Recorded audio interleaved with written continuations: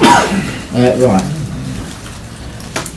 First item on the agenda, this is a meeting, probably not a public meeting, but not public here at the moment. This item on the agenda is the minutes of the last meeting, and to confirm the minutes of the meeting held on the 10th of September, which have been laid on the table 30 minutes before the meeting. Is it your opinion that I should sign off, please? Agreed. Thank you very much. Apologies for absence. Amy, well, apologies for absence received? Thank you, Chairman. Apologies from Councillor Upton. Okay. And no substitutes? No substitutes were available, Chairman. Okay, thank you very much. Right, moving on. Declarations of interest. Amy again, now then, declarations of interest. This has been received before the meeting, whether you have any, or are there members of any interest to declare? None received before the meeting, Chairman. Okay. Questions from members of the public? Amy? None received, Chairman. Okay, and members? Questions of members? Also none received, Chairman. Alright, okay. Right, thank you very much. Right. The meat of the agenda.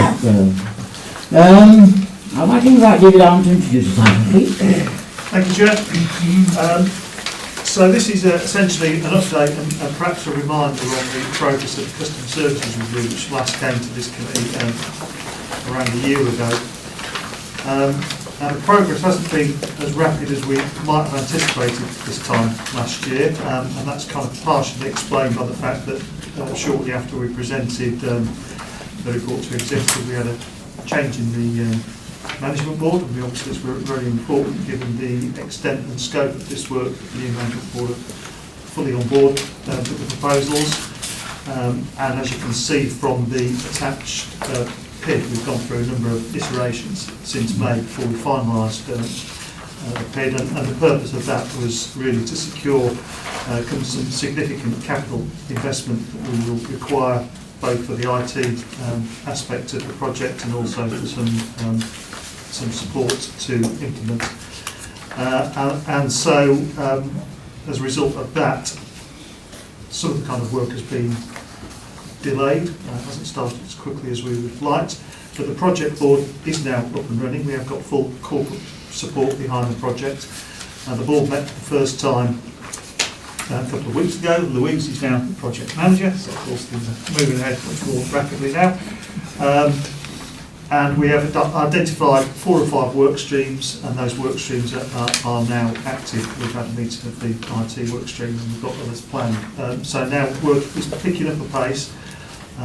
It's really just to put the committee, bring them up to date with the work that has happened over the last 12 months, and also to show them the kind of project initiation document and what we're proposing to do with the investment that we're asking for over the coming months. Okay. Right. Councillor, any comments? Yes, Councillor Holder. Thank you. On Saturday, the 10th of November, I received several calls because the Boy Scouts and Girl Guides who were trying to parade for Remembrance Sunday couldn't get them because the roads were flooded. So I said, have you rung up the Waverley number to get the drains cleared? They said, yes, we have. And we get an answer thing saying, I'm sorry, these offices are closed. They will open again from Monday to Friday, 5 to 9. There's no question about ringing emergency numbers or anything. So they end up ringing me. So I think that it would be a good idea if we had over weekends some answer phones that says, in the problems of severe drainage or whatever, ring up this number and you will be sorted out. It's very easy to do. Yeah, indeed. I mean, that's a very specific case, obviously. The emergency number should be on there, actually. Over weekends, is it? There is an emergency number to contact, yeah, because it goes through to a third-party provider who then rings the whichever kind of duty officer it needs to be, because there's a range of people that they could phone depending on what the actual emergency is. It could be Surrey Highways, it could be our housing repairs, it could be the red phone holder, which is then the post. So those arrangements should be in place. No, I'm sorry, I was told. But it may be for some reason that something went wrong with the answer phone message, I'm not sure. But there is an arrangement in place for out of hours emergencies. Nevertheless, that specific case does illustrate you've got to get these things right, don't you, from right at the beginning actually in these things. Yes, Councillor Seaboy. Thank you, Chairman. It's really good to see this document. It's going to be a great piece of work. It's really going to add a lot of value. I'm convinced about that. Earlier this year and last year, we went through an exercise on how we do our projects and what we need to specify. And this document, I think, for the want of a little bit more work, could actually be a lot crisper. And I know it's just an initiation document. It's not your full project plan. You're busy working those up. There's some fundamental stuff that I think could have quite easily got into this. That would just make us a little clearer where we're going. And we are being asked to comment about the detail of it. So if I can go through just some examples. Are we going to be looking for any external help? So it would be nice to actually see that spelt out. We're going to be using consultants or maybe getting other councils that we can benchmark against. It's always better not to reinvent the wheel if someone else is already doing this better than us. It'd be nice to say in here that at the initiation stage we are going to be going out and looking for a bit of help, so that we don't spend time reinventing the wheel. So that's one. You've got I think it's a deliverables section, and then later on there's you've got project objectives with a long list of deliverables and outcomes, and then on the next page you've got project deliverables and desired outcomes, and it says go back to the previous sections and look at it. I think it'd be really helpful for us to just see what are the deliverables and what are the objectives, because we're going to be measuring those in a different way. The deliverables are going to be what's going to be costing money, and they're going to have a timetable, and they're going to be easy to measure. All stuff that we looked at in the task and finish group earlier in the year. Let's get these objectives out clearly. So hardware's a hard objective, a hard deliverable. Software is a hard deliverable, and then there's a whole lot of stuff that's going to drop out as a consequence of that and follow on further down the road. Harder to quantify, but if we actually see that clearly spelt out in document, because it's all here, it's just a little bit of sorting, I think would be good. Cost-wise, there's some numbers here, but actually going into this year, there must be a budget for this year. There must be a hard budget for this year. So it'd be nice to see what that number is, so that we can hold you to account for how well you do against that at the end of the financial year. Now's the time of year when you're coming up with the hard budget for next year. So we've got those.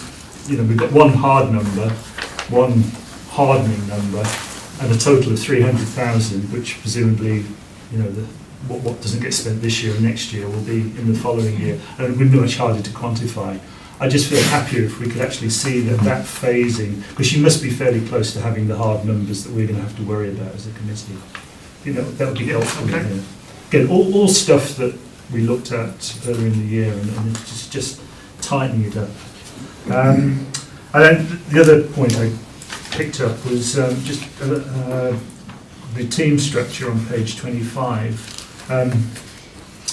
We've got a project lead and project manager on the same line.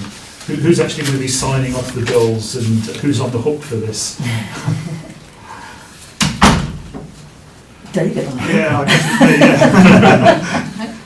I was just quiet there in case somebody else was going to volunteer, but that's not. Sorry, Councillor. In script, I think we've revised this in fact, because in fact I think the project sponsor is David, and I think project manager is me. I don't think project lead is quite the right. Right, so that would be a whole lot tidier, and then we know who to go to. You want me to say that, right? No. Okay, that's my say. I hope that was helpful and constructive. Thank you. Councillor Bannon. Thank you, Chairman. I was going to say much the same as Councillor Seabold has just said, but perhaps even go a bit further. I think what we do need ultimately to see is really what this plan is targeted to deliver in terms of cost savings. Because, there's no bones about it, from the work we've done, this council will need to be making some significant cost savings over the next 5 years. And I think we're going to have a plan, and I've got no objections to a plan which is going to spend capital sums to get there. We really need to see those savings spelled out in some detail, and we need to see what I think should be an ambitious target.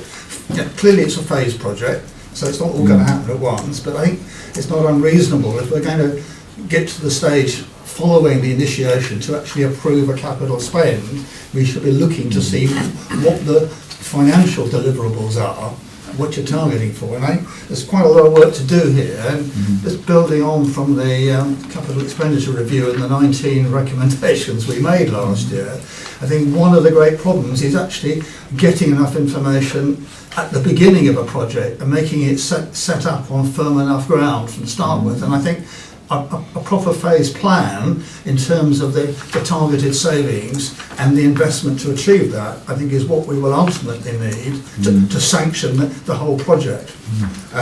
Yeah, as an initiation document, I'm prepared to go along with the concept, but certainly I would feel uncomfortable improving the long-term plan without seeing what the targeted savings are in the context of the capital expenditure.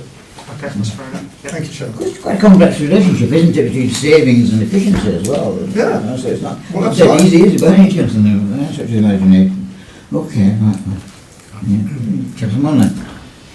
David, is there a plan to have another document coming out in the reasonably near future, which is the next stage?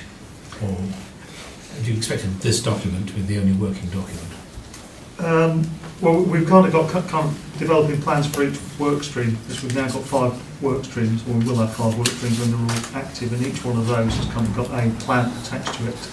So they're quite, they're still really fully populated at the moment, because the project working groups for each one are just in the process of meeting. So kind of collectively they'll provide much more kind of detail about the actual work that we're doing. That's good to hear. I think it would actually meet the concerns, or not concerns, the points to be made if there was an overall document which had the meat of those 5 plans. Okay. I don't think this committee wants necessarily to go into the details of each plan too much, but have one document which basically is one step forward from this document, with the clarity which Councillors Band and Seaborn have been talking about, particularly about the phasing not merely of the work but also of the spend and the savings. I think we're in a position that as a council we can afford to spend capital on certain things if we can deliver significant savings. What I see on page 23 is a reference to potential savings. It could be £200,000 per annum. That basically is a sort of bottom level at which savings are of interest to us, because if it's not that or more, it's going to be, we'll struggle to have it make a difference to our overall financial position. Okay. So can we do that? Yeah, absolutely. So would that include cash flow statements? Basically, you say when you expect to spend money and Yeah, when you expect to get the savings. Yes. Yeah. I imagine that will be a fairly Against the creative thing. project activities. Yes. Oh, okay. You can't speak. All right. Well, recommendation is that we are asked to comment on the detailed work which has happened and endorse it report just set out in the PID. How do we carry that one forward? Because we need it more. So the finding of the document. You can endorse it subject to Oh, the- okay. Is everybody happy with that? Yeah. Okay. Sorry, can I say that? Okay. Right. Okay then. Fine. Right. Good. Right.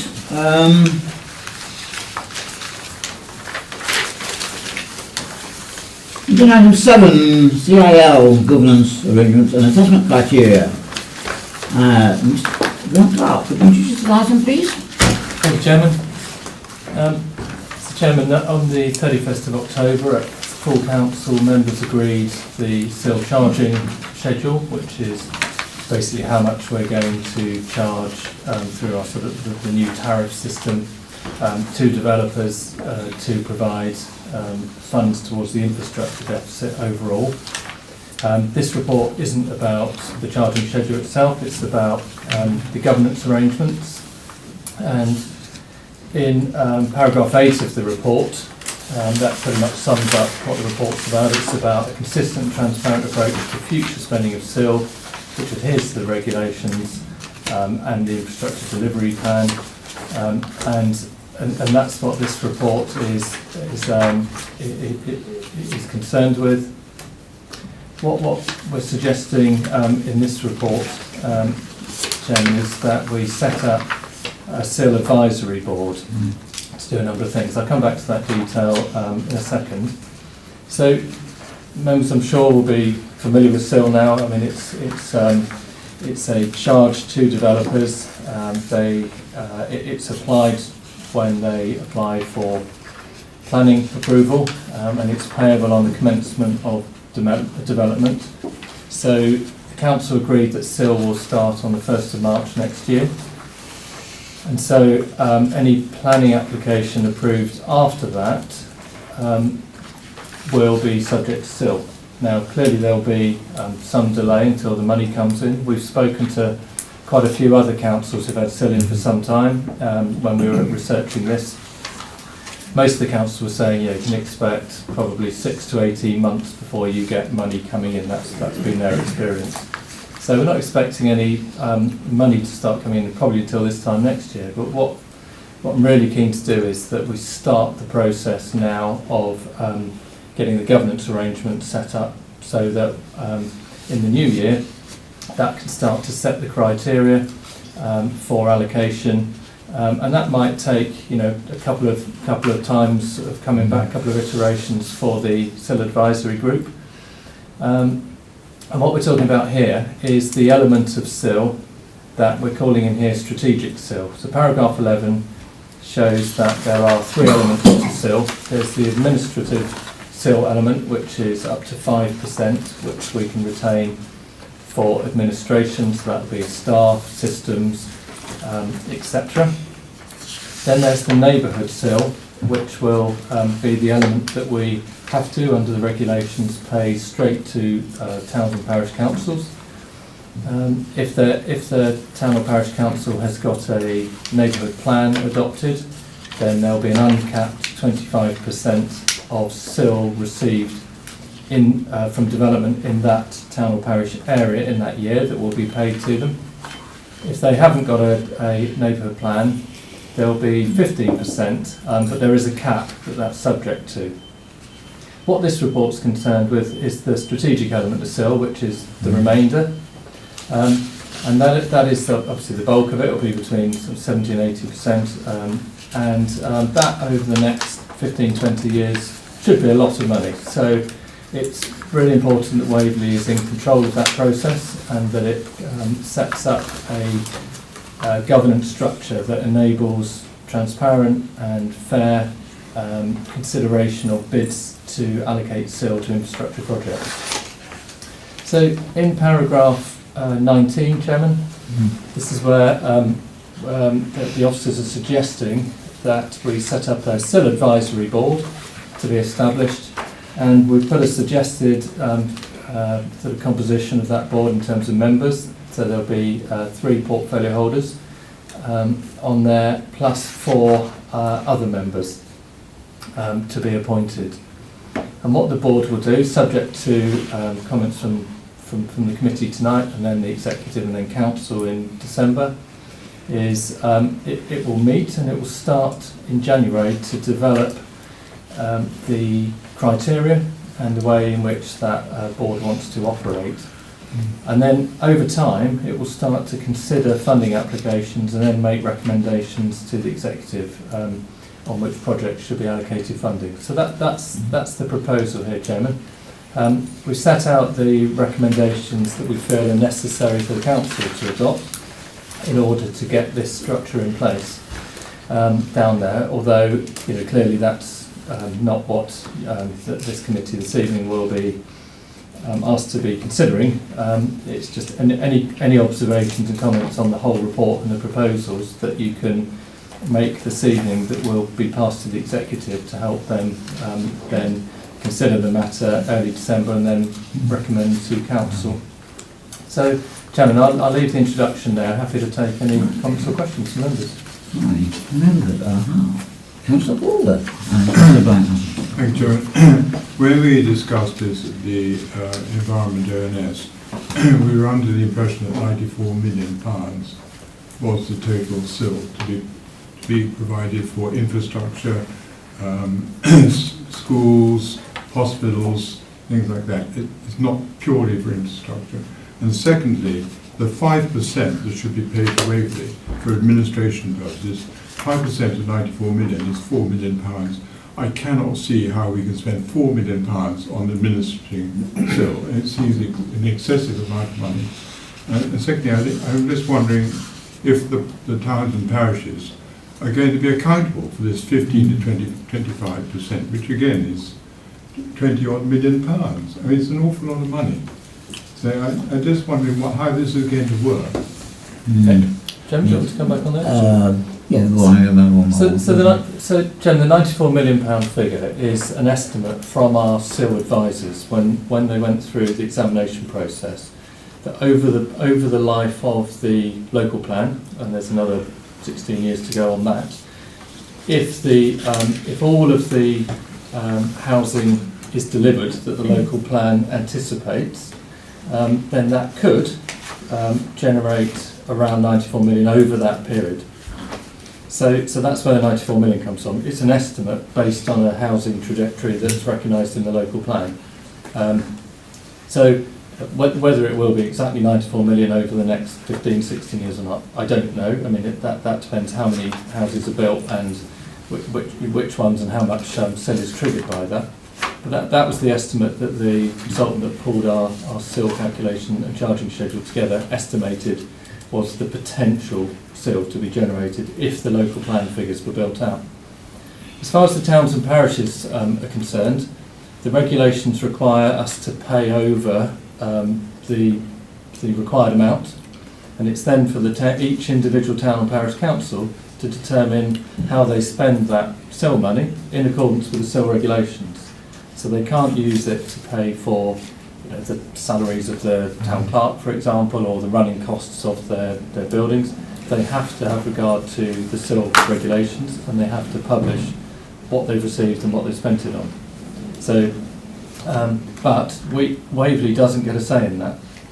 So that is entirely a matter for the town or parish council to determine which infrastructure projects they'll spend that on. So in time, each town and parish council will be determining their own governance arrangements about how they will spend their element of this over the next few years.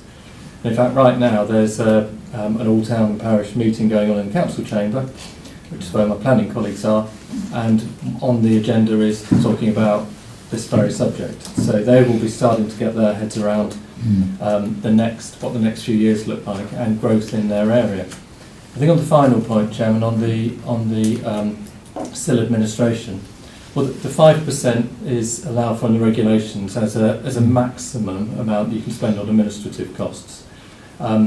Absolutely agree with Councillor Holder. 5% of 94 million, even over 15, 16 years, is a lot of money. What we will only spend what is required to administer SIL. So we will need a system in place, which we're implementing at the moment, which will allow for the full transparency of SIL. It will be on the website and it will be publicly available. We've got a SIL officer at the moment. If there is sort of huge activity over the next 15, 16 years on SIL, and we need to resource that so that the money is passported through from developer to scheme, to infrastructure scheme as quickly as possible, then we can spend up to 5%. Whether we'll need to or not, I really don't know at the moment, because I don't know what activity will be driven, but that is our cap that the regulations allow. Okay. Councillor Alden. Yeah, as I understand it, Graham, I mean we've got our infrastructure development plan already with part of part one, and the neighbourhood plans which are going forward have to do similar documents for their own neighbourhoods. Obviously those will all be published, so one of the things that would have to be done is to make sure there's no overlapping of funding from one to the other. I understand also that this model that we're doing the finance through will also be accounting for S106 changes. So the whole lot will be in one overall system, so that you can see in any one place where the S106 money is going and where the SIL money is going. So I think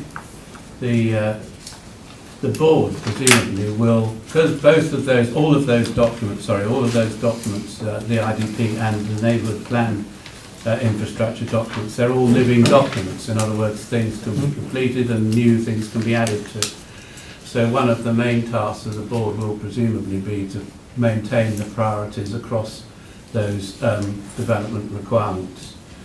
But once the priorities are set and once the estimates are agreed, then the automatic finance system will just take over, assuming that work is checked, that it's actually occurring. So that is mainly, as I understand it, the purpose of the board. Yes, Graham. So, Chairman, yes, yeah, Councillor Adams is absolutely right. The system we're implementing should help put all of these strands together, and it will help the administration of the physical charging of the developer and the monitoring of the various stages of approvals that are agreed by the board going forward. And apologies, Chairman, what I meant to do was just draw out paragraph 3. As Councillor Adams quite rightly just mentioned, Section 106 agreements, that there will in some cases still be Section 106 agreements. So large-scale development where there are site-specific infrastructure, there will continue to be site-specific Section 106 agreements. But the vast majority of planning applications now, when members are in planning committees, there won't be the consideration of infrastructure Section 106s like there is now, because there will be this tariff-based SIL system that will just generate that amount from the planning application. And so SIL will be applying in most cases, but there still may be on very large scale dumpsfold, as you say, Councillor Adams. But also SIL isn't there to provide for affordable housing. There will be separate Section 106s for affordable housing. So that's infrastructure over and above this. Okay. I hope that answers that, Chairman.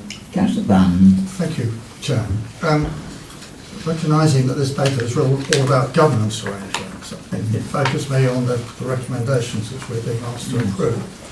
And the one that got me some cause of concern was recommendation 4, which is this: delegate to the SIL Advisory Board the agreement of the detailed criteria for the spending and strategic SIL.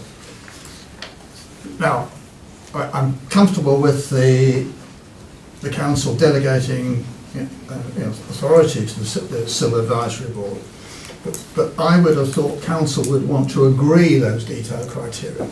So I'm quite comfortable with the SIL Advisory Board drafting the proposed criteria, but leaving them to agree it amongst themselves without coming back to council for approval would be something which I wouldn't be so happy with.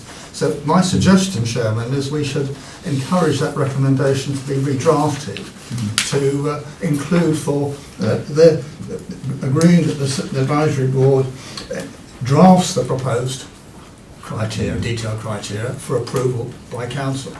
Via the usual scrutiny process. Sorry? Via the usual scrutiny Via the usual process, yes, exactly. But at the moment, they've got carte blanche to do whatever they like without talking to anybody. Okay, well, it's Councillor Round. Thank you. My question's partly been answered, but Councillor Holder correctly identifies the amount of money. I mean, I see we've been talking about over a 16-year period, which 5% would be, on average, £250,000 a year. And is that too much, or was that, I don't know what the yardstick size, about 3 or 4 people which would cope with this admirably, or was it likely to be a push? It's unlikely we will need to spend anything like that. So as I say, that's just what the government allows, well, what the regulations allow as a maximum. I would doubt whether, even if housing delivery does keep up the local plan, I don't think, as we sit here now, that we'll need 3 people and £250,000 in admin costs. And presumably it's checked on an annual basis as opposed to once after 16 years. Yes, so every year we have to publish every penny that we've received in SIL and every penny that we've paid out in SIL. And what we'll also do is have the advisory board, that will be transparent, so any decisions taken by the advisory board on how to allocate funding will also all be published as well. And can I ask also one other thing? I note the interesting encouragement for town and parish councils to get their neighbourhood plans done, and they get 25% rather than 15%. And the transfer of money to them takes place twice a year. Do you prorate it if during that period the neighbourhood plan came to fruition? Because many haven't been done yet. Probably most. Or if the timing of the fruition of the neighbourhood plan made a difference. So once the neighbourhood plan is adopted, planning approvals given in that town or parish area after that date will trigger the 25% allocation to that town or parish council. Okay, thanks.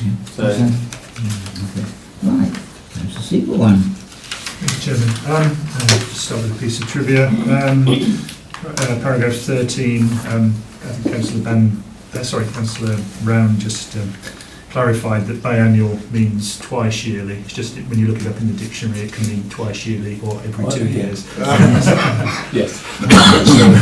We have that just on slightly more, or rather more substance. Paragraph 20 seems to me rather mitigate against putting money aside for larger projects. It mentions spending money in a timely manner in relation to when it's received. However, there probably are some fairly chunky infrastructure projects that are likely to take several years worth of SIL, and they're going to require a bit of disciplined saving, I would suspect. And I just wonder whether paragraph 20 might benefit from just a little bit of wording to indicate that where we've identified the need to spend large amounts of money, we shouldn't be rushing to dispose of it within a year of receipt. I don't know what colleagues think about that, but I think that's one point. The other point I got, paragraph 21. Given that we've got elections coming up, I wonder whether the SIL board should actually be setting out spending priorities during this administration, or whether it seems to be reasonable that they work on the criteria, but to have a set of priorities in place just in time for them to walk out the door and possibly not come back again in late May and June could lead to considerable arguments amongst the members of the next administration as to whether they want to accept it or not. I just wonder whether that might lead to a bit of wasted effort. We're not going to have any SIL money to spend before.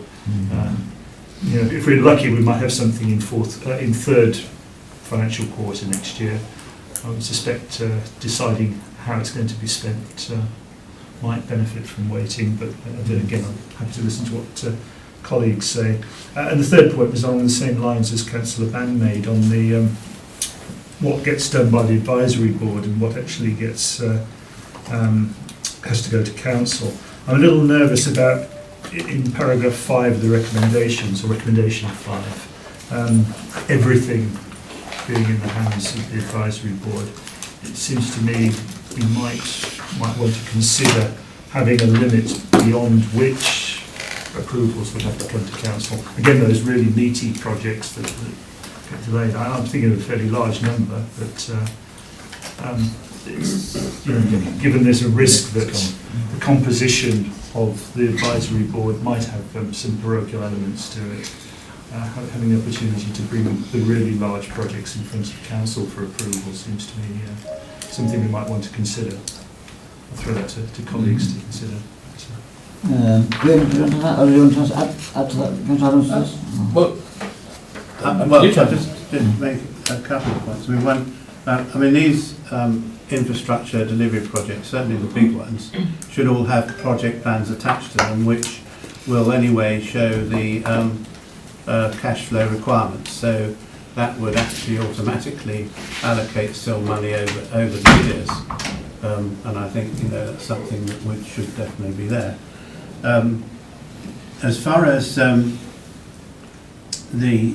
IDP is concerned, I'm not quite sure how much of strategic still has to be allocated within the area that the actual development is occurring, and how much of it can be swapped around from one location to another. Do you know the answer to that? Yep. So, Chairman, the answer is none of it and all of it. So, none of SIL is attached to the area where, other than the top slice for towns and parishes, the strategic SIL goes into Waverley's pot, and it's for Waverley, and if members agree, the SIL board to determine the criteria for allocating that across the whole borough. Now, members already, when we considered this back in June of this committee, said that your preference would be to have some kind of geographical reference to some part of SIL, and that would be for the SIL board to reflect that in the criteria and the allocation process. So, but the regulations don't tie it to any area in particular. So that will come out in the governance paper that we would write down. Yes. So what we would propose, if the council agree this is a way forward, that officers would prepare a report for the first meeting of the SIL Governance Board with some suggestions and alternatives around criteria, and then they would be up for discussion and debate by that board, and then the board can propose that, completely take on board members' comments around having the council agree the criteria. I think that's up to entirely up to members to decide whether that is the process, and we'll just that will go forward as an observation to the executive following this meeting. I think coming back to Councillor Seaborn's point about the election, I mean this. You can call me naive, but this shouldn't be a political process. It should be an objective assessment of infrastructure with reference to the established infrastructure development plan, and therefore the election shouldn't make a difference other than you might need to change the composition of or the individuals that are on that group. But this is about agreeing criteria and then allocating money to infrastructure project bids that come in against the infrastructure development, infrastructure plan, operating within the SIL regulations. So clearly if members feel if the election's an important point, that will go forward as an observation with regards to how this board operates. Personally, I don't think it should be a factor, and I don't see any reason why this board can't be formed in January and start making progress so that we've got the governance and the criteria in place before SIL starts on the 1st of March. I think it would be a shame if we couldn't do that, but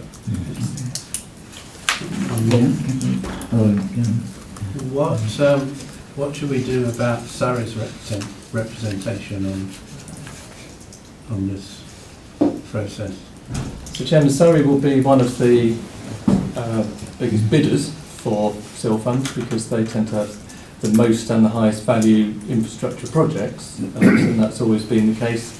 So, schools and etc. will be featuring, and so they will be bidding to Waverley's SIL board for funds.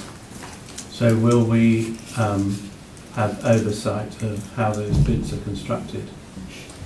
So they will be, so the officers, depending on your criteria and the process that you agree, then the officers will make sure bids are submitted in line with that and contain enough information. And I think on complex, certainly for speaking to some of the other authorities about how that works, on complex bids, the Surrey education people can come along and talk to the SIL board and explain their bids if that's how you need to operate. Some of the bids won't be as complex, some will be. So it's the officers will make sure there's enough information coming through. But I think if the SIL board have got a particularly complex, high value one that they need more information on, then they will be able to ask for that information. Just to make sure I've got my numbers right, if we're talking about 94 million over something like, well, it's probably 13 years from next April, we're talking around about 7 million a year. And that means that actually spending on infrastructure is around about 6 million, perhaps a bit less. as the towns and parishes will get probably 1.5 million, and that's between about 50 of them in the county, depending where the applications occur. As you say, it's up to 5%, and that might usefully be put into the document, actually, to stop the worry people had about Waverley having this surplus of funds. I mean, 6 million, 7 million a year spent on infrastructure doesn't sound to me like a huge amount. And I'm actually slightly surprised that 94 million over the life of the plan is the estimate. Because my concern, in fact, was that, not something we can discuss today, is that if anything, we were going for the highest level of SIL receipts, and it worries me about the impact of that upon viability issues and affordable housing. But that really is the figure the consultants have come up with over the life of the plan, 94 million.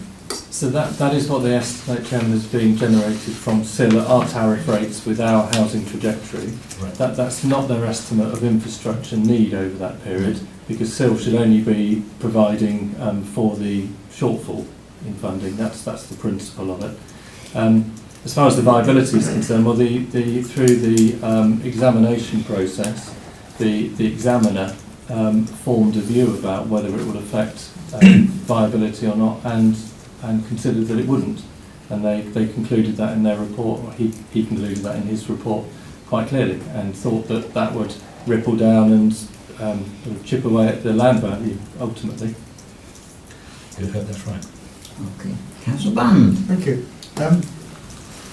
The discussion about the county council and their bidding for SIL money has triggered me off again in another area. Going back to paragraph 5 and the last sentence of paragraph 5, the SIL cannot be used to resolve historical deficits of infrastructure provision. Where do the county stand with their cost-cutting exercise? I mean, there are some interesting proposals going around for heavily cutting back on some of the things they do at the moment. And they're saying that they will never be able to bring those back into line using SIL money in the future. So two things, Chairman. I mean, so Surrey County are still holding balances from our previous. Yeah, I know, but their cost-cutting saving programme is showing some fairly savage cuts in some infrastructure projects. Yes. I mean, are they then going to be inhibited from ever bringing those back, from supporting SIL money to support them to put them back into operation? Well, so SIL going forward should provide for the infrastructure needed to support the housing development going forward. Yeah, I know. So I think if the answer is no. Well, well, it should be no. Yes. So if this was the SIL board meeting and you had a bid from Surrey County now for an infrastructure need that was identified 3 years ago and just wasn't funded, the right thing to do would be not to allocate future SIL funds to it. And so that we should be able to filter those historical bids out because they won't meet the SIL regulations. But one of the, just thinking of some of the things that are going on, in parts of the borough, one of the arguments against Surrey cutting some of their facilities, for example, has been the proposed large number of housing developments in, say, Dunsfold and Cranley at General. Yeah, yet again, they want to, for example, start closing the Elmbridge recycling depot. And one of the principal arguments for keeping it open in the past has been just look at the number of extra houses going to be requiring this service in the future. And it was rescued for a couple of days. Now it's back on the agenda for closing for good. Now, does this mean that they will never be able to put it back in again? Anyway, I mean, I'm not trying to say that. I see a problem with County Council's current cost-cutting exercise over the next 18 months, which could inhibit, what they may be able to do to recover for the benefit of the community, if that is rigidly enforced. There's no. So, I mean, I don't know how you get around it, but I can see them creating a historical deficit, with a way they won't be able to recover from.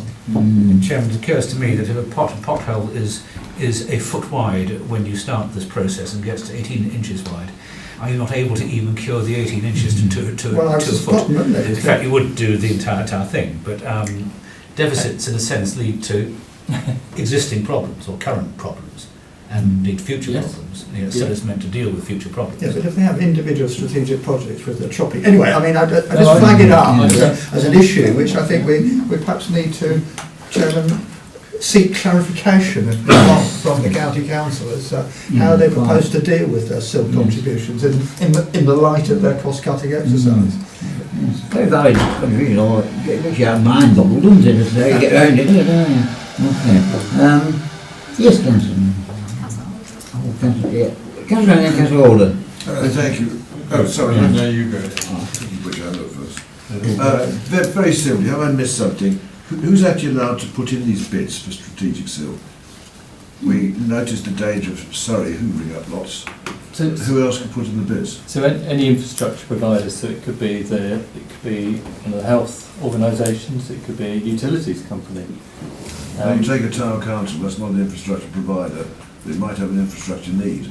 So that's an interesting point, because the towns and parish councils, whilst they receive a top slice, there's nothing stopping the town and parish council applying to Waverley SIL Board for additional funding to support infrastructure, because you could have a town or parish council that receive nothing. There's no housing development in a couple of years. There's nothing. Now, you could argue, well, then there's no extra infrastructure need, but they could still pitch in for it, and if it meets the criteria and the SIL Board is happy to agree that, so the town and parish council would be considered as a potential bidder. Okay. So even though they might sort of say, I mean, they potentially will procure infrastructure work rather than do it themselves. I mean, there's a good example at the moment, parts of Haseby are starved of water. It might be a factor inhibiting relatively imminent future planning applications, not enough water. If Thames Water, they can put in a bid to expand whatever it is, or we could encourage them to do it, or we could do it. That's Well, we, meaning Haseby Town Council. I would expect in that situation for the SIL Board to research the legal obligations of utilities providers to make sure they're doing that first. And if there was a local improvement that they, is, if you like, a nice to have for whatever reason, then it might be that SIL Board say, well, that meets our criteria and we'll top you up. But SIL isn't there to meet the legal obligations of utility providers. But there will be some grey areas, I'm sure, going forward, and we'll see what kind of bids come out over the coming years. So it wouldn't be allowed to put in larger pipes, because that would be upgrading a historic deficit. Okay. Councillor Hall.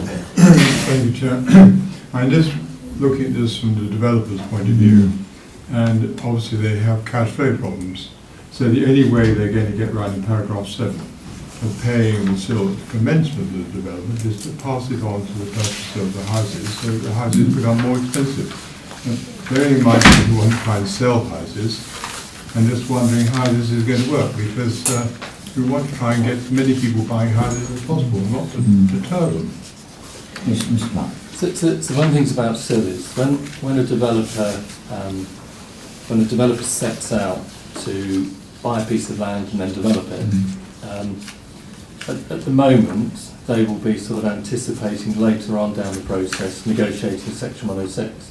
Under SIL, they'll be able to take their proposed plans before they buy the land, go in on the website, calculate what their SIL charge will be, throw that into the model, and then probably reflect that in what they determine as being a land value they're prepared to pay to make a viable scheme.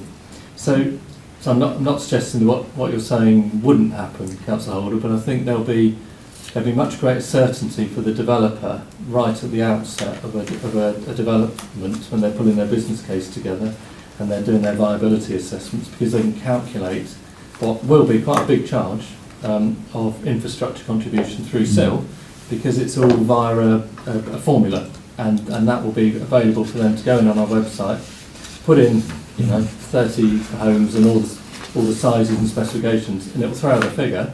They'll put that into their viability and their cost stack before they go making an offer for the land.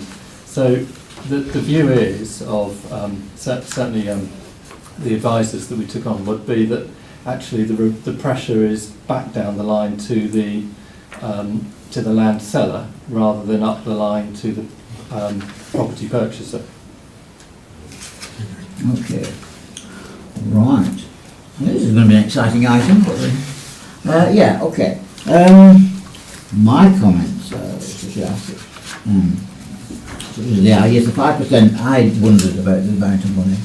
But I think it's up to 5%, and I think it'd be wise, in my opinion, initially the Borough Council did collect 5% because it's better to have money in the bank than being short of it, basically.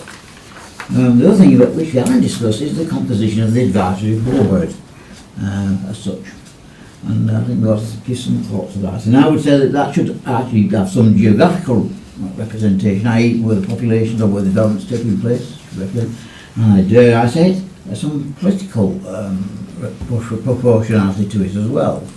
How do people feel about that? Like planning, to be honest, that's meant to be non-party political, and people are doing it for the best interest of the borough as a whole. I don't think I instinctively warm to that idea. I think that if you're planning stuff which will have an effect over the next 20 or 30 years, it should be with a very long-term view in mind, and that really overrides minor issues like party differences. If there's only 7 members, it's difficult to spread them. Speaking as a rural councillor, I wouldn't want the other 4 members all to be from the towns, because then the rural area would be completely ignored. Now the town like 7 members from the rural area. I mean, it's got to be sensible answered about the whole thing. One from each area planning committee, perhaps. Okay, sensible. Anyway. Right, anyone to comment before we move on to the recommendation, which we should amend? Could I suggest some wording to encapsulate what was said, changing the word agreement in recommendation 4 to drafting, and then adding in at the end after the words for specific purposes, which will then be subject to council approval after the usual scrutiny process. I could be happy with that. So, subject to that, are we happy with the recommendation stated as revised? On that basis, do we need 5 at all? Well, that's the actual decisions once your criteria are ready in place. I was talking about the criteria being subject to council approval. Right. Chairman, on recommendation 5, earlier on a couple of members talked about maybe having a threshold above which it would go to council for a major scheme. So, you know, you wouldn't want to wait for every council meeting before you put a bid up for, you know, possibly a couple of 100,000 worth. But depends if members feel that a threshold beyond which council would need to consider, and therefore the delegation doesn't exist for the total value of an infrastructure scheme bid. Members mentioned it earlier. I didn't know whether you wanted us to capture that as well. Well, I mean, for instance, it's a very similar situation we've got in the property board. Yes. So, I mean, I think we ought to be following a similar principle. I don't think it's for us to make the proposals as what the limits are, but there ought to be a limit, I think, above which it ought to come back to council.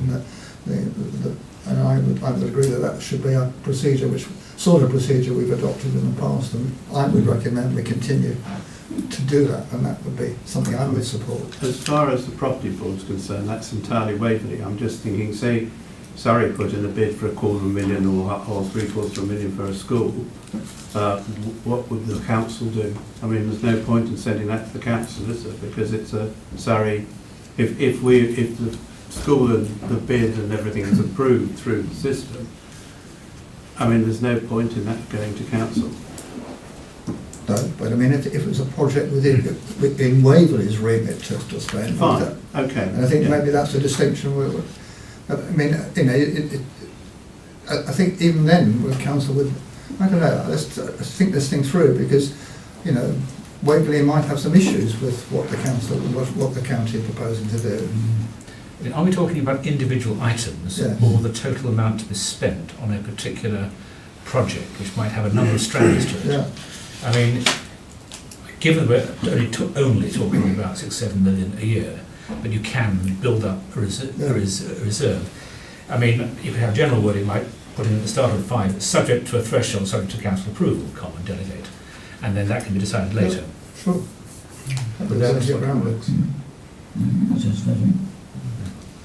One further item. I suppose this doesn't prevent us bidding for something like East Hampshire still, does it?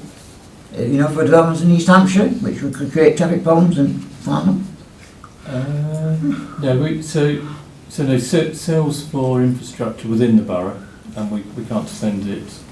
But so if there was an infrastructure scheme that sort of spanned the boundary, then there's no reason why we couldn't, try and do it, jointly funded and try and sort of quantify the cost this side of the border, if you like. So that's possible and possibly probable as well, I guess, at some point over the next 13 years. I should think that's probable, To cooperate rears its head. Thankfully not. Right. Shall we move to the recommendation? As amended, as revised by Councillor Muller. Is everybody happy with that?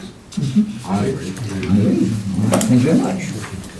Right, onwards and move. Item 8, corporate performance reports quarter 2. I've got to invite Nora.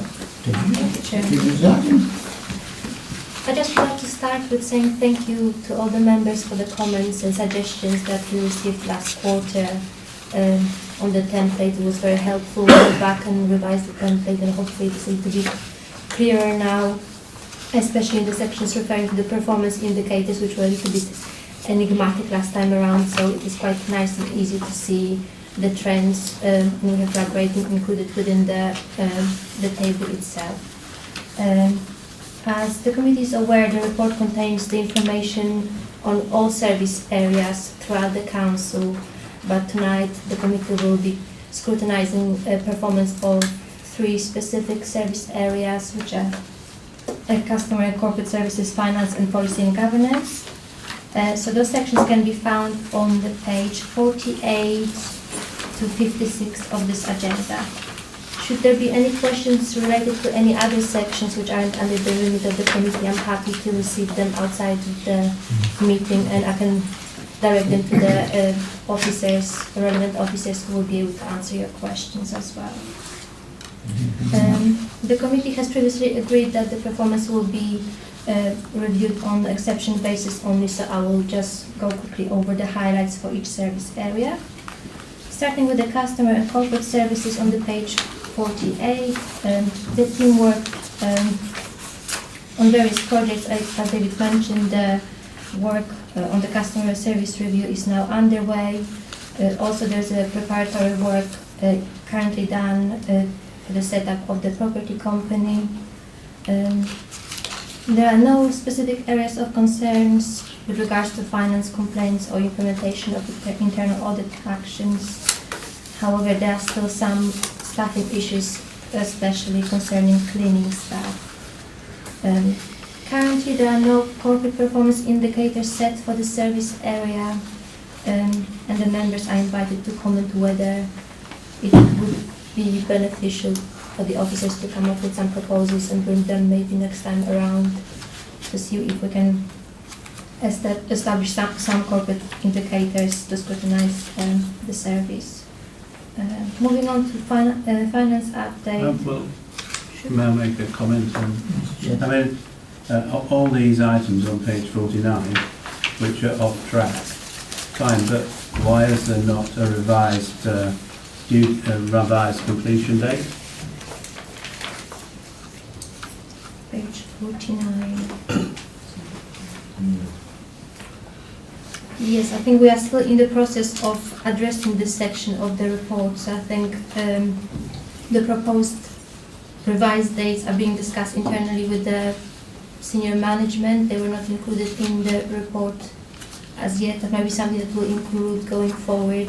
I think there's a discussion at the moment what is the best process for us to address actually change of the dates, or whether the date that should be the due date is the date that we should stick by. So at the moment that isn't included, but it is a discussion that the senior management has at the moment, how we can show the reporting of that change. So then we can suggest the new finish dates, I suppose, going forward if the actions slip throughout the cycle of the project. Okay, well perhaps they could have those new dates for our next meeting. Yes. Councillor Molyneux. I think the first thing I'd like to comment on is page 45, and begin with a question. We have the dark blue indicating total staff turnover, and in grey resignations, and then a red line indicating the public sector average. Does that refer to the blue or the grey?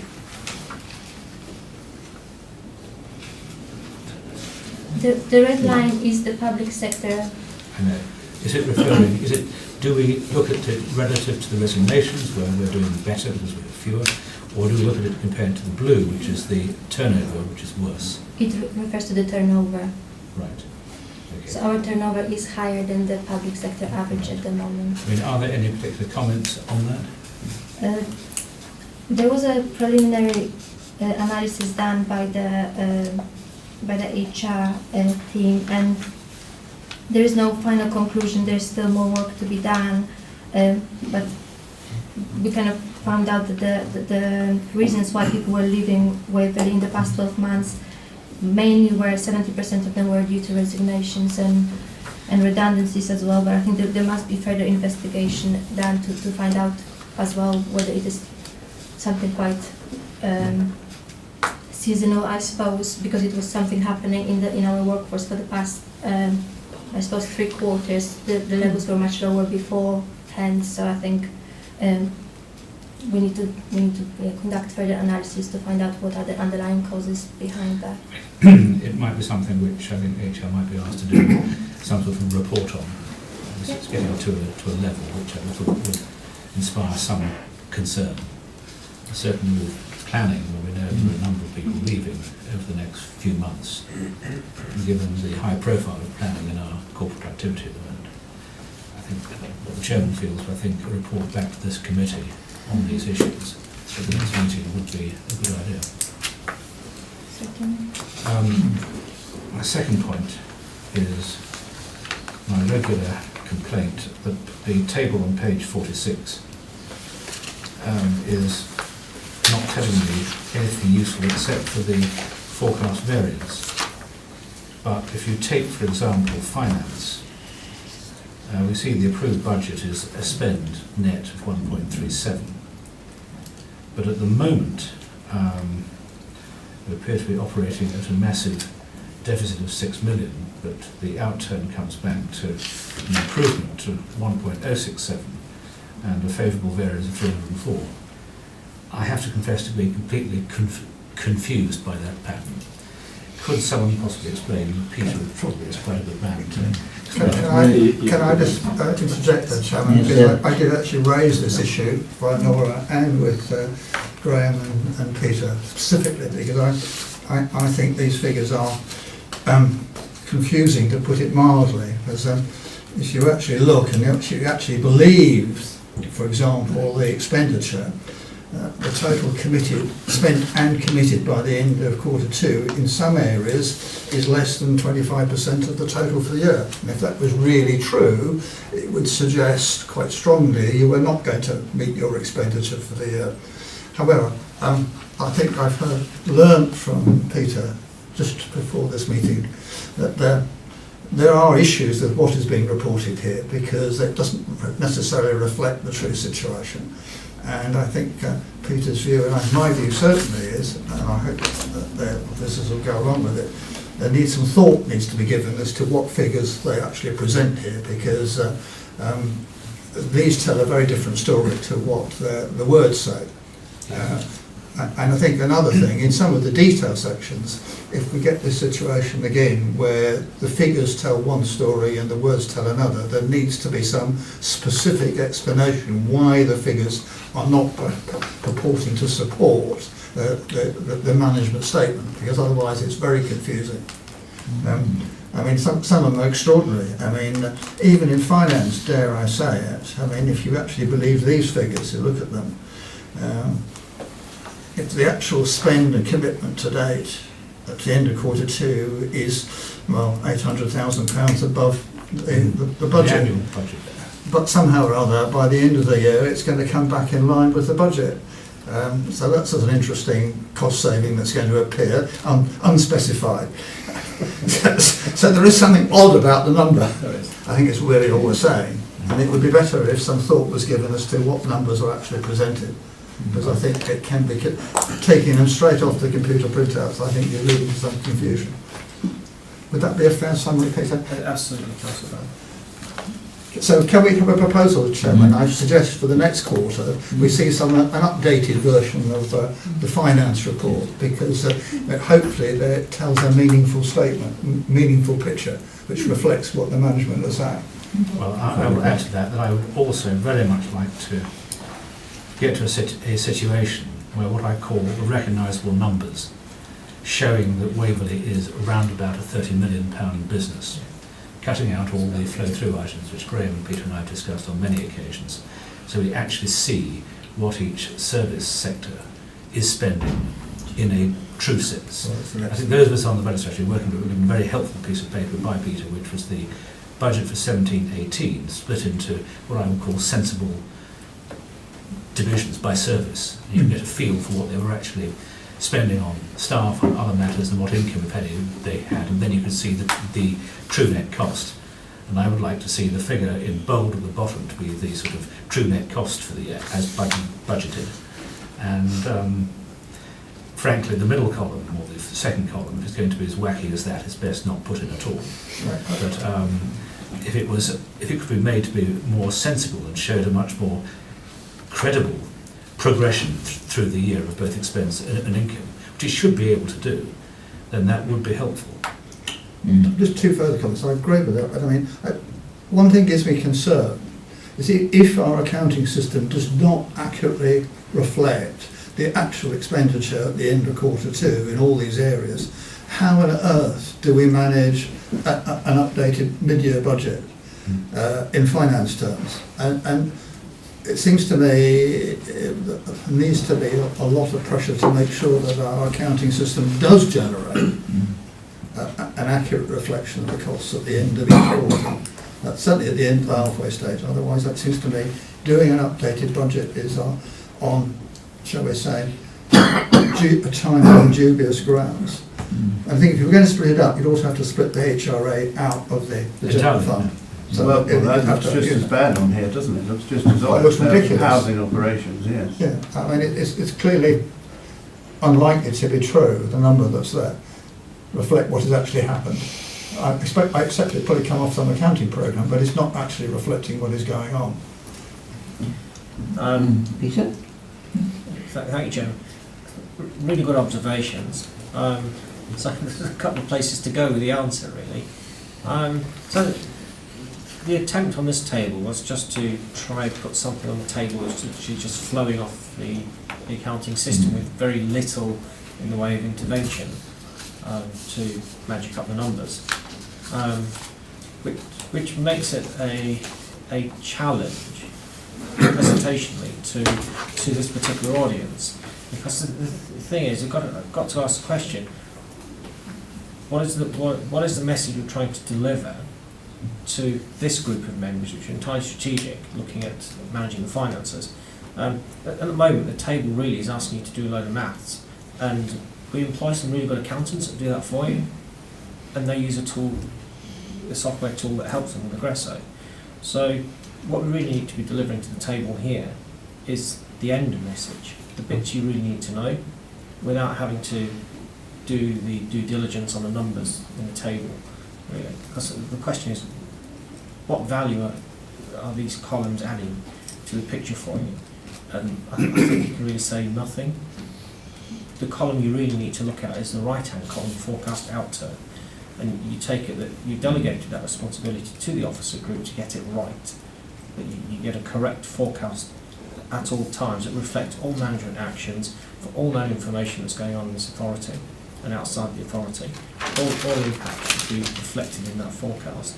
So therefore, you should really only be seeing what the variations are and explanations of what those variations are and what's being done about it, so you can get assurance that the authority is on track financially in total, and where there are deviations, the appropriate actions have been taken. And that's really, for this forum, the kind of table you should be getting. In terms of things flowing through the accounting system, you can have an accurate spend to date column, but that costs us money to do that, because we need interventions in terms of you're effectively saying to me you want a fully costed management accounting statement every month, as you would have if you're looking at a profit and loss statement in a private sector business. But we're not in that business, where we have a budget that we work to year end, and we have the money flows through the accounts at various times throughout the year, which would mean if we're looking at period statements, we're having to profile that expenditure.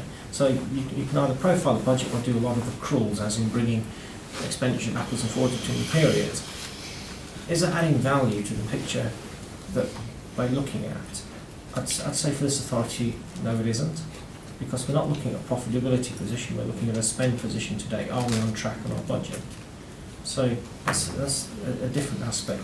And that's the kind of picture we're looking at in detail between Graham, myself, Tom, the heads of service and service managers, that kind of granularity that we'd be getting into.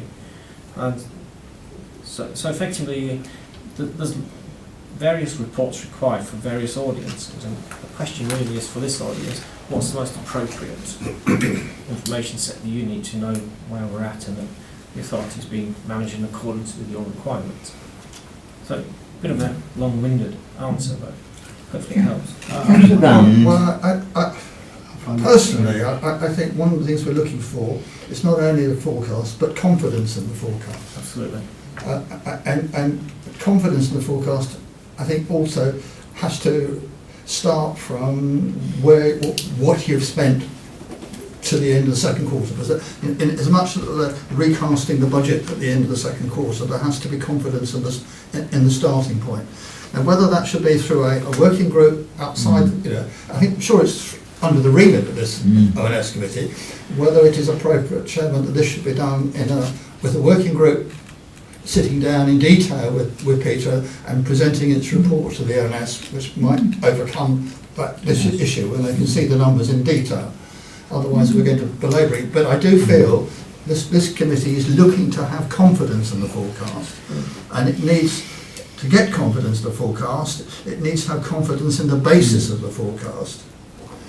One of the things we saw in the examination of the capital expenditure thing is the numbers, the accounting numbers, not being used to challenge managers' reports. I think one of the key recommendations we made, it must be that the finance numbers must tell a story, and the finance managers must use that story to challenge and agree with the manager what is going on.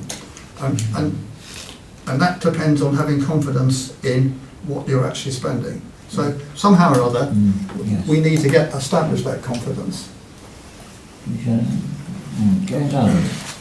Yes, I mean it should actually be easier if we're only looking at one side of the equation, because if a private sector business has to produce a profit and loss account, it has to look at both the income and the expenditure. If you're only having to look at the expenditure, it should actually be easier. So I don't see why. I mean, as you say, every private sector business does it quite satisfactorily in every quarter. So surely there's sufficient software around for us to actually get the right figures for the end of the 2-month period. Chairman, can I sit down with Peter and the team after this meeting? Take on board members' comments, and I think we'll look at the presentation to members, taking on board that, because I get, and as I've said in this statement here, I get confidence from the team and the ledger, not from this table, but from elsewhere. And I think, and I sit down, as I've said here, with the team every month, and we go through. And so I think what's happened is the sort of translation from the stuff that I see and what's on the ledger into this. Perhaps we just need to sit down and review that in the light of members' comments, because I'm getting confidence from the team and the output from the ledger, but from a sort of the same source but presented differently to me. And that's, I can sort of vouch for that over the last few years outturn, when what I've seen during the year pans out to be pretty close to reality. But, except as Peter does, what's in front of you here clearly isn't giving members that confidence, so we'll go away and look at it. Right, first Councillor Muller, then Councillor Rowan. I mean, for my own part, and speaking purely personally, I'd be quite content to lose the second column and focus on simply, we know what the budget is, I'm prepared to trust officers that they can work out the outturn using the information that they've got, and it's the variance number which is of interest. And I'd like to see some text on why the biggest numbers are what they are, in fact, just to start that going. Peter, could you explain why you're expecting 304,000 favourable variance in finance? And do we know why planning, I can guess, but do we have a reason why planning is going to be £138,000 over? So, Chairman, there's a breakdown in each section, each team section, saying a little bit more about those variances. All right.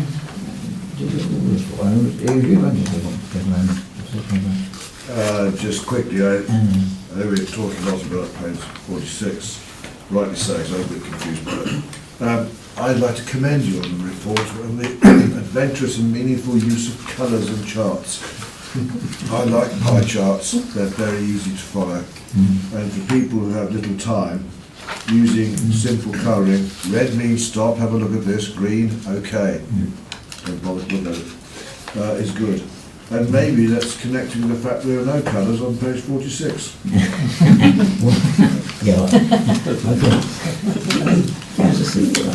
Yes, thank you, Chairman. Well, I'm going to stay on page 46. Assuming we can get to a point where we get the numbers we really want.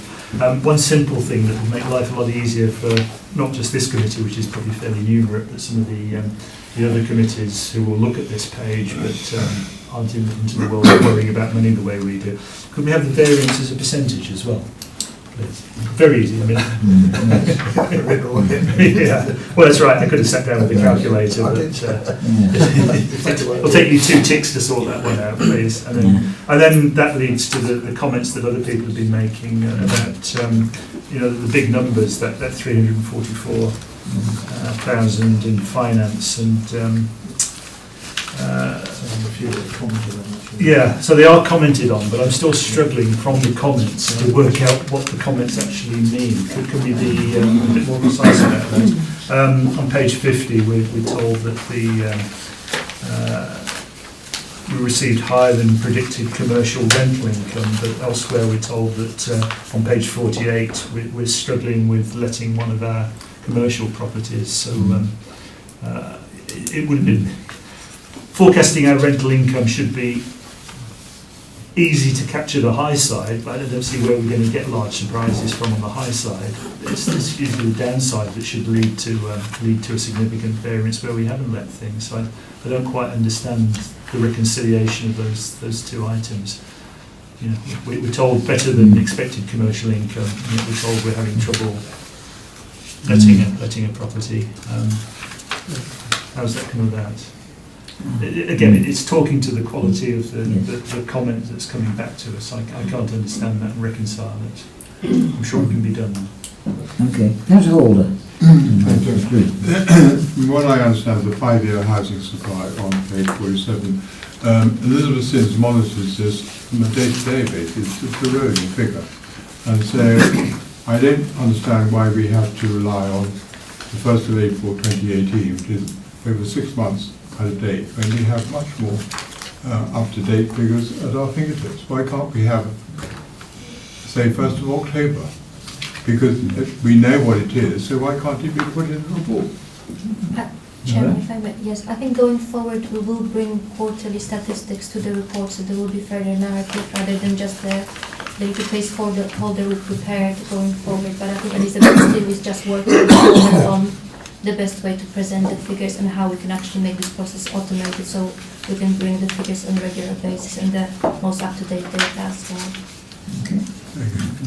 Right. I think one Sorry, Yes, could we possibly have the titles? I mean, I know it's on the first page of each section, but could we possibly have the title of the service area on each of the pages? Because although it's section 5, isn't it, for instance, here, there's no numbering the tables or anything like 5.1 or 5.2, so it's... okay. Thank you. Yeah, well, in conclusion, I think you suggested a working party, Councillor Bannon. I think the officers want to go away and first of all come back to the discussion. First, the officers in conjunction with you, rather than establish a formal working party, but it's a bit kind of... Quite happy to participate. Are you happy with that, officers? Okay, here we are. Am I happy to Participate. I'll join if I may. Yeah, of course. More so, yes. Yes, happy with that? On the basis of that, can we agree with the recommendation as such? Of course, all the others. Yes? Yeah, happy with that? Good. Good. Okay, let's move on. Onwards, upwards. Right. Agenda item 9, complaints handling policy and review of complaints. Soon. This is a relatively short report. It actually covers the old three-stage process which we finished using this March. So going forward, we'll expect to see a reduced number of complaints because we now have a two-stage process really up to the 1st of April. I think just the few things to point out to the committee. 64% of all the complaints received last year were resolved at level 1, so that's reasonably good news, I think. And only 11% took their complaints to level 3, and that level has since been has gone. Of the subjects of complaints, as usual, housing operations received the most complaints out of the service areas, but there was a significant decrease over the previous year, and I think that's partly due to an increased performance of our contractors. And also an improved performance by the customer services team in housing. I think they're dealing with complaints much more quickly than usual.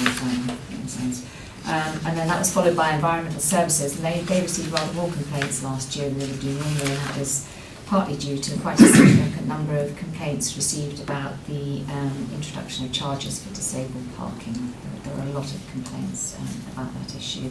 And then the third was planning, a small decrease since last year, but we've received roughly the same number of complaints about planning from year to year. With regard to performance, 82% of all complaints were closed against the target timescales of 10 working days for level 1 complaints and 15 working days for level 2 and level 3. And it's worth noting that we've never ever achieved the corporate target of 95% of all complaints to be responded to within the target times. Looking at the current year, we've had improved performance, as you can see from Laura's previous report, of 100% of all level 2 complaints have been responded to in 15 working days, where there's still room for improvement on level 1. As far as outcomes are concerned, the outcome is logged on our database by the outcome is set out by the person who's actually been investigating the complaint. Of all the complaints we received last year, 58% were considered to be not upheld, 24% partly upheld, so there was an element of the complaint that we considered could be upheld, but the rest not. And then just 18% of complaints were upheld. And then I've just included a very short annex on in Annex 1 of the lessons learned, because we do actually, one of the most important parts of complaints handling is really to identify where we're going wrong in our administrative systems and looking at lessons we've learned as a result of mistakes and actually putting in place measures to correct those mistakes and improve the service we provide to customers. So that is a key element of our complaints handling. So I think those are the sort of headlines of the report. I'm quite happy to answer any questions. Can I ask a question? Where does 10 and 15 days come from? Is it start? Oh, it's been a corporate target for quite a few years. A Waverley corporate target? Yes. So what do other authorities have? It's very sharp to me. You know. They range actually, and then you know, there's sort of anything between 8 working days and 20. I mean, I don't think I've seen any longer time scales than 20 working days. That's 4 weeks. And when you receive a complaint, I used to do an random what's the complaint, but you get complaints and sort of say, in many cases, not a case of black and white, but it's cases of grey. And how many of these complaints are sort of allowed because it's benefit of the doubt rather than anything? Oh, you mean upheld? Yeah. Oh, well, we would only uphold a complaint if we've actually done something wrong, if the investigation has found out that something has gone wrong in the service we've delivered to the customer. So yeah, we're quite particular about actually recording the outcomes. So if there's doubt, it's probably not upheld, but you know, it's very clear in the complaints that are upheld. It is clear where things are going wrong. You said and done sometimes, isn't it? Councillor Round. Thank you, Chair. This is very difficult to interpret some of these figures, or rather, I can see you would have difficulty in comparing different areas with each other. Because take housing operations, I have no axe to grind for or against housing at all, but I'm sure they are run very well. To say that they have the highest number of complaints doesn't really mean anything, because they might be that part of the council that is doing the highest number of operations or interactions with the public, and therefore you would expect them to have the highest number of complaints. Secondly, I think it would be useful to know how we compare with other councils, because we think we're pretty good. Let's see some evidence. Yeah. And lastly, you could add a bit of colour to this bit, and some percentages. In fact, when you say, sorry, this is a small report, you could beef it up quite a lot with more percentages and send us all bananas. Don't wish to be flippant. I think colour and more percentages will be useful. Although you have them in the text, I see. I mean, just one thing with comparative figures. I mean, do you want to compare Surrey districts and boroughs with ourselves? The thing is that they all have slightly different complaints procedures. They'll have different definitions of what constitutes a complaint. So, you know, and I don't think you should look so much. I mean, I just pulled out the numbers, but it's to some extent it depends on if something's gone wrong, but also the persistence of the complainant. And there's a whole range of factors that contribute to the number of complaints we receive in any 1 week, month, quarter. And it's really difficult to sort of say with any certainty why, although, I mean, in housing's instance, they are obviously dealing with repairs issues which can quite often go wrong, and also long-term maintenance of properties and installation of new kitchens and bathrooms and things. You're comparing apples and pears, really. Indeed. But on the other hand, if you want more information, the database we have currently, it would be quite difficult, I think, to delve deeper. But I'm very willing to have a look at it. I can well relate to that. I've known a bus company. I can tell you, you have the same complaint from 2 different people, but you know one's more serious than the other. Depends, Yeah, fair enough. Okay. But if you wanted comparative data, it'd be quite helpful to know what you want. What other councils you want to compare us with. The trouble there is, as was I think highlighted in the recent economic report we looked at a while ago, on the economic tour we had, that we are blessed in the borough of having a high proportion of intelligent, informed, articulate and numerate residents. Yes. So they probably complain more than somewhere out in the sticks. So it's very difficult to do with comparisons. But I would have thought there might be something somewhere in some association of councils. I'm not making any comment on rural areas about acting in the six, but whatever. Yes, okay, yeah, fair enough. Okay, all right. Sorry.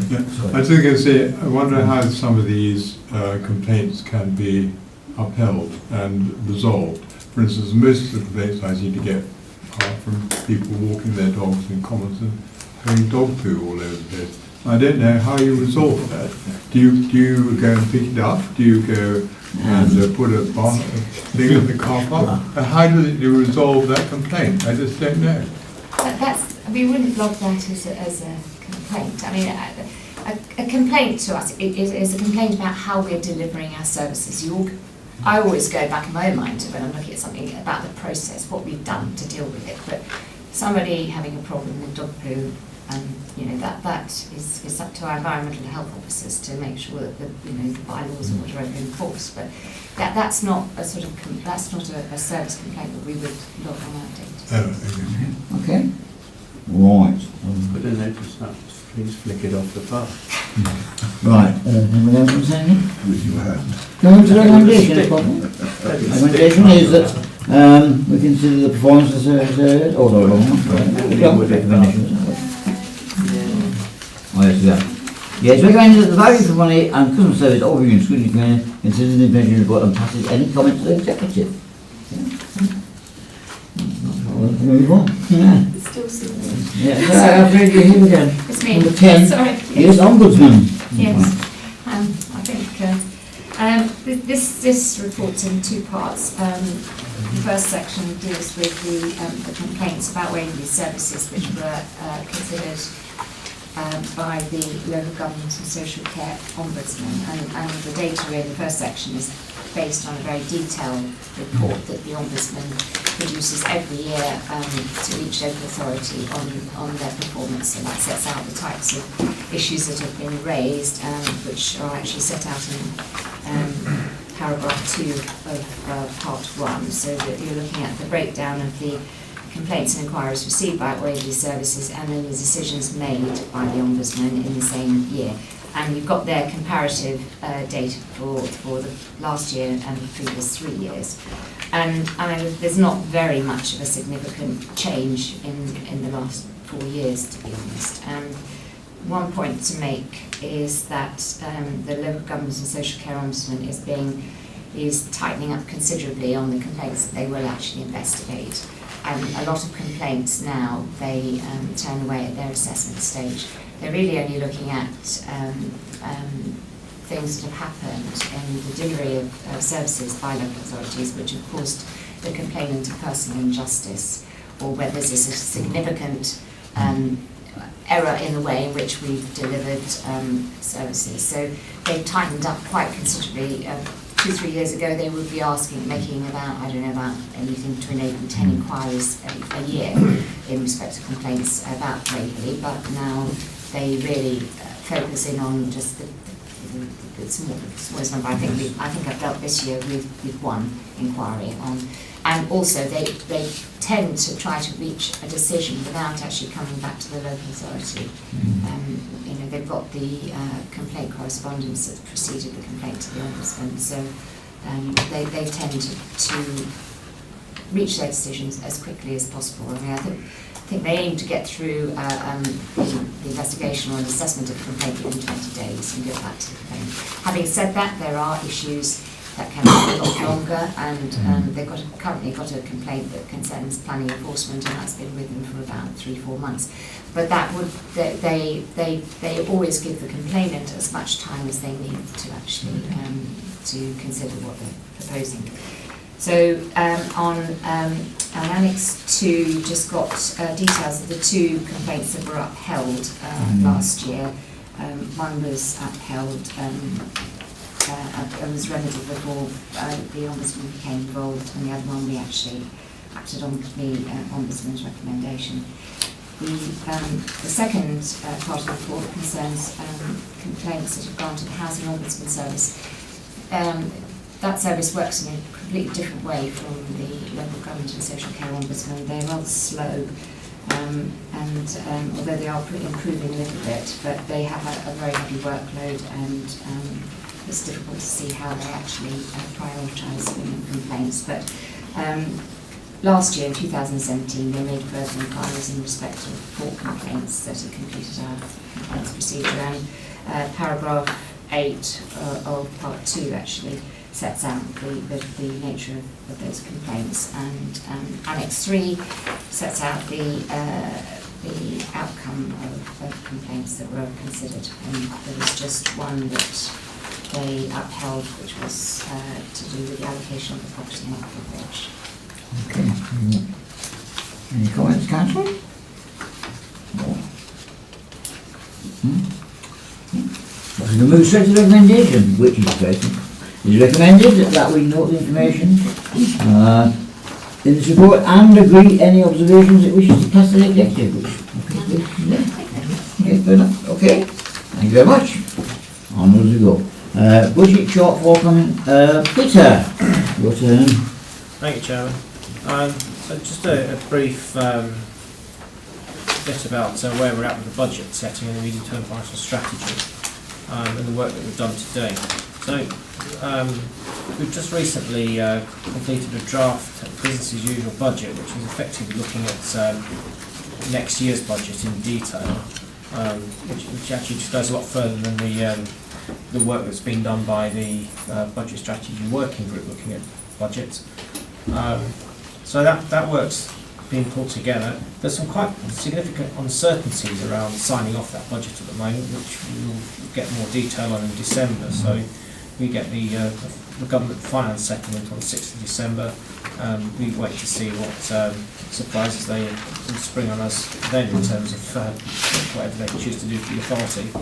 And we've talked a lot about Surrey County, so there's some uncertainties around, some significant uncertainties around Surrey County's cost-cutting exercise and its impact on next year and also our medium-term strategy going forward. So whilst we've done the work looking at next year, the directors are now in the process of doing an in-depth review to make sure that we have confidence in that budget and that it's appropriate challenge to the need for budgets and service delivery and managing services going forward. So looking at the bigger picture. The medium-term strategy, in June we came to the table, we said it's 3.2 million. We are still looking at that ballpark figure over the next 3 to 4 years of 3.2 million. There has been some movement around that. We've concluded on a waste contract that put some reasonable savings on the table.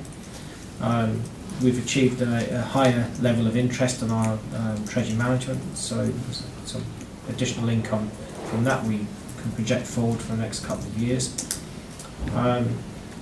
Inflation, the inflation figure that we built into the budget was about $500,000. It's still pretty much $500,000. It's quite a robust number. That there are some changes around the services, some cost pressures coming in and some savings being made, so the nature of the business as usual budget, things change over time. We know that the negative grant won't be impacting on us next year. The government have already provisionally said that, but obviously in the medium-term strategy we will find out in December just what they will intend to do around the 800,000 or how much they do intend to take from us as negative RSG. We don't know for certainty anything around the business rates retention as it stands, so that's a potential 2 million on the table, and whether that'll get tapered or not. So the medium-term strategy, quite a lot of uncertainties until we get into December, so I can't really say much more than I have in terms of that. Next year,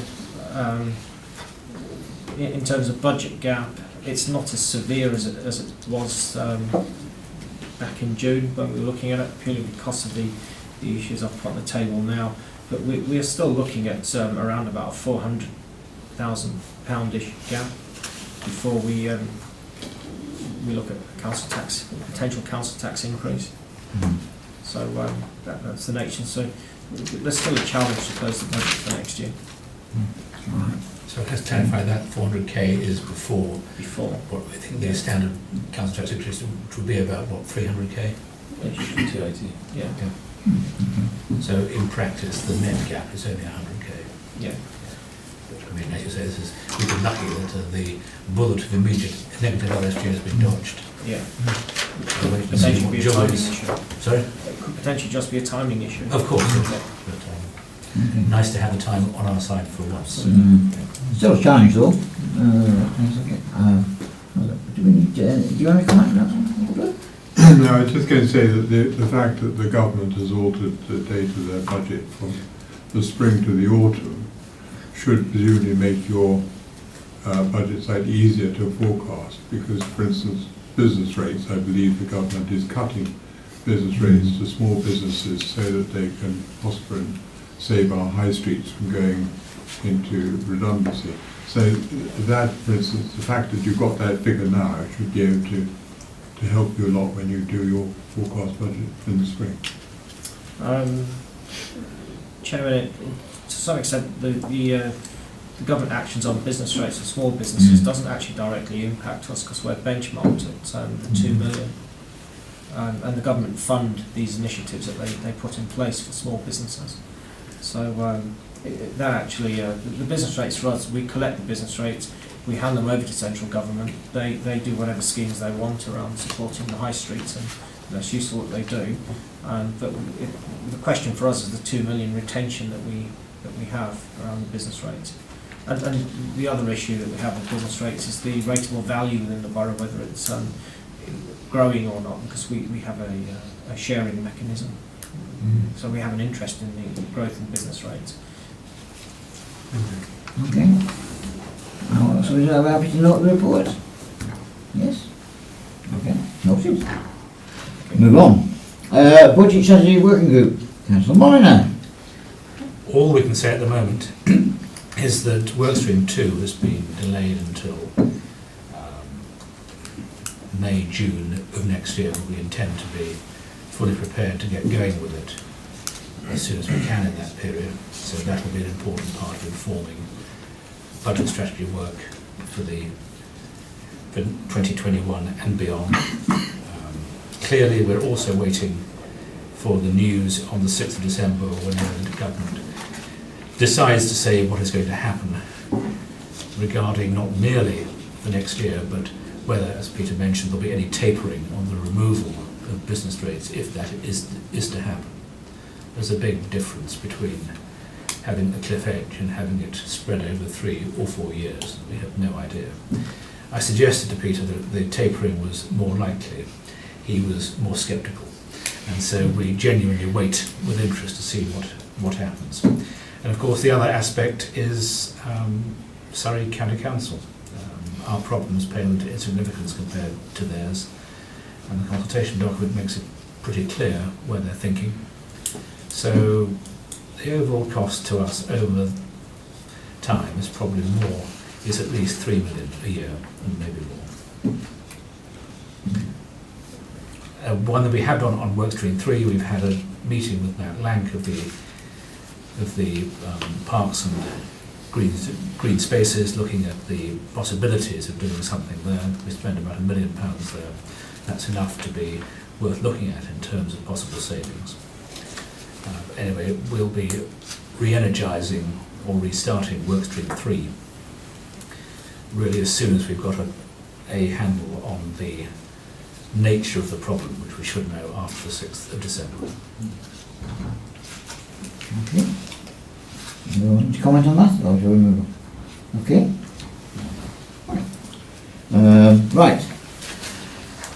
Agenda item 13, review of property investment strategy. Mr. Your turn again. I'm going to pass on to Mrs. Haynes. Okay. In April of this year, the investment strategy report was prepared and presented to the investment board, and it was approved by members with the proviso that after 6 months we would review the contents and see if any changes need to be made to the investment criteria that we'd agreed at the time. Since that time, although no properties have been acquired under the criteria, I feel it's actually working quite well because it's set quite stringent guidelines and has prevented us from purchasing any or considering any properties that may have been unsuitable for the purposes of our investment policies. And the recommendation is that it remains as it stands. And review again in 6 months' time. And review again in 6 months' time. Councillor? Aha, Councillor Lang. Well, then that seems if it's working and it stops us buying things we shouldn't. Yeah. But how are we doing for the money? Are we on track to, I seem to remember, adventurous amounts of money were predicted to be brought in to help us with our deficits and so forth, the missing money. Is that going to plan? Well, no, because we haven't bought anything to fill that gap, Oh, but we wonderful. haven't had to access that funds. But one of the next things that we're looking at is to set up a property company, which will give us the opportunity to supply properties outside of the borough. Did we start with any properties? I mean, you're saying you didn't buy anything in this last period, but did we have some In the earlier? last 12 months, we purchased 4 properties before the Right. investment strategy was adopted. And have those properties turned out as expected? Yes, one of them's vacant at the moment, but that's pending refurbishment. Well, so the refurbishment is due to complete at any moment, and we're working with the agents at the moment to let that property. Right. So the strategy has succeeded in holding us at that, and we haven't expanded it because we didn't find suitable material. That's right. Do you think we should loosen No, a bit? no, I don't think we should at all. So I we think put it's- up with the fact that we're not going to possibly not buy any more? No, we're looking at alternative options. That where one of the problems we've got with at the moment is the borrowing regulations that mean that as a council we can't borrow outside of our area, outside of the borough, and that's what we're looking at options to do. Rather than changing the criteria of the strategy, we're looking at alternatives to purchasing. Okay. Mr. Clark. So Chairman, we'll be okay against budget this year overall on a commercial income. I think it was borne out just now on the monitoring. Partly because one of the properties we bought, one of the 4, and the team have got a significant rent increase from. I mean, relatively low value out of all of them, but percentage-wise a really good outcome. Plus another good rent increase in the year with another property that we already had. But the point with the Way Court properties in Farnham, the empty one, where the rent, the tenancy ended and the rent stopped being paid from the end of July. So there's a refurb going on now, and as Anne said, it's being marketed as well. So we anticipated a period of time when we wouldn't have rent coming in. We are hoping to let that out. But we're also not covering the borrowing costs yet because we've deferred the external borrowing costs. So in budgetary terms, there won't be any impact in this year. When the rent starts coming in, then we can revisit the borrowing. So at the moment we've borrowed from short-term treasury cash, which we spoke about at the time in this committee. That's okay in the short term, but when we let it, we'll revisit that. So we're not getting the income in for the last 2 or 3 months, which we anticipated that, say, being a period. We didn't think we'd get a tenant in the day after the last tenant ended their tenancy. Partly because we have to do a load of work to bring it up, and it actually looks great. I drove past it the other day, and the external appearance of that building on the corner, which is right opposite Farnham Town Council's offices, looks pretty good actually. And the one behind it, which is got a long tenancy with the Wise and Co accountants, is bringing in a nice steady income now. So all in all, and in fact, we rejected a property this year, didn't we? Got approval to buy it in Godalming, went through council, we got approval to buy it, and we couldn't get the price and the deal that we wanted, so we told them we're not interested. And so we are prepared to walk away when the deal. So we'll keep coming up and getting approval, and then considering these things, take it right through to the point where we have to commit. And if the deal on the table after doing some due diligence isn't good enough, then we'll say no. And we've done that now twice. I just draw members' attention to page 18 of the survey advertised make sure that the net borrowing and Waverley nil, and then Spelthorne £1 billion, as well as Runnymede 428 million, Walking 1415. So it just goes on, and I think the cautious approach is the best way forward, personally. Yes, can I just ask generally, are there any signs of central government deciding that this is all, because this is growing in most district councils, is it not? Are there signs that some chance is going to rein us in? Well, Hammond has made a statement somewhere down the line, hasn't he? Something about this, about putting on. Everybody thinks it's a pot of gold and everything. But anyway, I think the cautious, yes. Anyone want to add anything to that? No. Right, can we move to the recommendation, please? Which is quite simple. It's recommended we consider the detailed strategy report and endorse the property investment strategy remains as it stands and is reviewed again in 6 months' time. Everybody agree? Thank you very much. Right, committee work programme. Yasmin. Yasmin. Thank you, Chair. So this is the usual item on the agenda to look at the work programme going forward for the committee. It's on pages, well, it begins on page 119, yes, thank you. And the agenda for today spans 120 to 121, and then beyond the line there is future items. So you can see we've got one item already in for November, which is the item we talked about last time, which is the progress of capital expenditure process and management review outcomes that we did touch upon at the last committee meeting. Sorry, for February, yeah, 2019. So you'll notice we don't have any items in there for January. We do have a meeting in January 22nd. So I've just been discussing this with the chair and the vice chair, and discussed this with colleagues previously. But the plan is to have a budget special in January. We normally bring the budget in January time. The idea is, since this committee's done a lot of work on the budget strategy working group, that particular committee will be hosted, chaired by this committee, with the invitation sent out to other ONS committee members. So that's January. We've got February. Obviously, we've already got that item. And we can bring an update on the budget strategy working group, as we normally do nowadays with these into these committees. I've been listening to conversations so far, and I've picked up a few items that I'll add on to the work programme. So bear with me, I've been making notes. The HR report on reasons for turnover to come to this committee, so I've made a note of that and I'll put that into the work programme. We've talked a bit about the government finance settlement, which will come out the earliest 6th of December. And we talked a little bit about the Surrey County Council consultation. I think those are both important items this committee needs to be briefed on. So I'll also plug them into the work programme as well.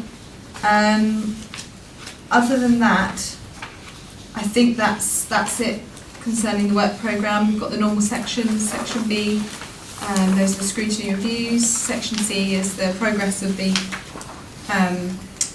recommendations and outcomes made by this committee, so members please look at that at their leisure. Yes, other than that, the last thing I suppose we did touch upon it a little bit in the last item is the property investment company. So members might remember the property investment strategy was worked on by the property investment working group that stemmed from this committee previously, I don't know, earlier this year, maybe beginning, end of last year. So as Anne's already mentioned, Waverley is looking to be working on the property investment company going forward. The work, some work is still being done by the IAB at the moment, and I've been in discussion with the chair and vice chair that the idea is to reconvene the property investment working group, if members wanted to start that up again, to look in more detail about the property working company. So if you keep an eye on your inboxes, I will be emailing members about that closer to the date. Obviously the work is still being done with the IAB and the legal arrangements around that. So that's just to give you sort of a heads up on that. But other than that, Chair, I think that's all on the work programme. Happy to take any questions. I think we're in discussion, we were saying, particularly discussion tonight, is that the Surrey, the conference of Surrey consultation will be a major part of our February meeting, isn't it? A major item on the impact of that. Yeah. So it's obviously going to be quite significant, I suspect. Yes. Any other councillors? Anything to add? Happy? Well, as happy as you can be. Right. Recommendation. They are invited to consider this work programme and make any comments on the amendments they consider necessary, including suggestions for any additional topics that the committee may wish to add to its work programme. Is that agreed? Yes? Agreed. Agreed. Okay, thank you. Right. I now have got to ask you to make the following recommendation. Oh my, do I actually don't say? It's on the agenda and it's several. Can we move into confidential session? Yeah, agreed. Right. Bear with me 1 second, Chairman. Cutlets. Everyone's in the cutlet.